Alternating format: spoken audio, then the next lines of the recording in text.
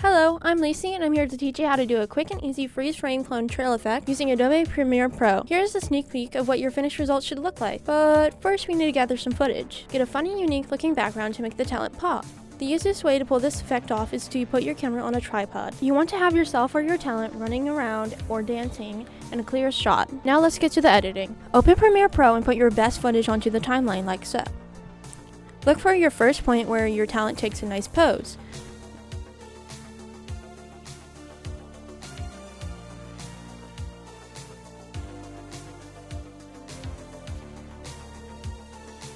Make a marker where your first pose is, then duplicate the original and place the duplicated video on the track above. Shorten that video to where you place the marker from the right side. Right-click on the shortened clip and choose the Add Frame Hold button. You must also click the Frame Hold Options button and hit OK. With the clip selected, go over to the Effects Control area and look for the Opacity property. Choose the Pen tool to draw a mask. You want to draw this mask around your talent, and you need to make sure this is precise. It may take a little bit of time, but the end result is definitely worth it. Personally, I like to adjust my workspace to make the program panel a little bit bigger and easier to see. Once you're done, just play your video from the beginning and the effect should already work. You can continue now to make more of these duplicates at further time point. Just make the marker, shorten your shot, right click and choose Frame Hold. You must also click the Frame Hold Options button, mask, and that's it. I'm just going to repeat the steps that I just did to every single one of my poses.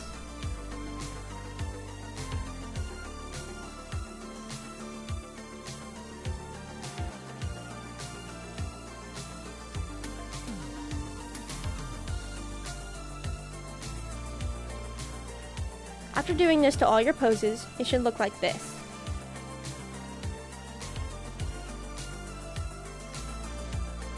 Now let's spice it up a bit. We're going to start applying the echo effect. We're going to select everything on the timeline. Now you want to right click and choose Nest. This will grip everything together into one nested sequence. I like changing the colors around to stay organized. Duplicate your nested sequence 3 times, placing each one above the other.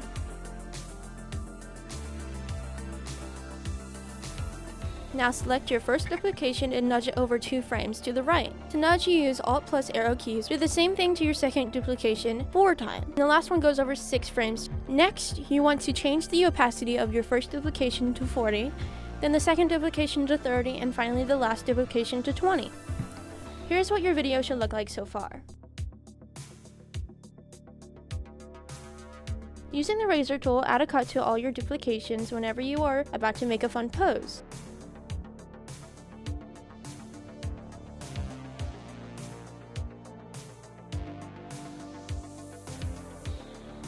Delete all the extra footage between your cuts.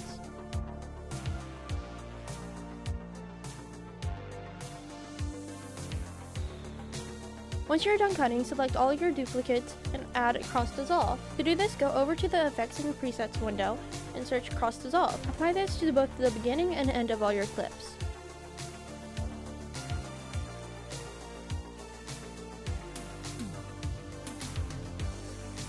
This will allow your videos to fade in and fade out. Since your duplicates or ghosts, as I would say, are sitting on top, it will cover your subject too much. That is why I'm going to make a mask of the first duplication.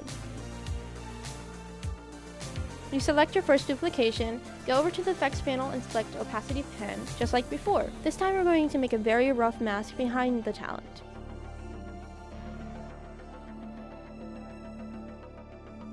You also must feather this down a bit.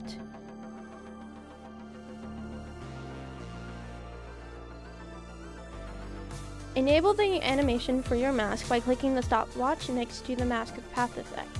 This mask has to be the same for all duplications. So right click and push copy to the one we just did and paste it to all the others. You have to do this for every single one of your clips, including the ones that I did not show.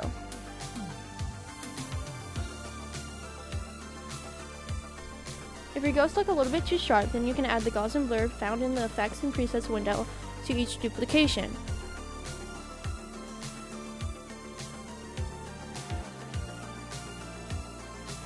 You can set this blur effect to about 20 for the best results. This is all that you need for your freeze frame clone trail effect. This is what your final result should look like.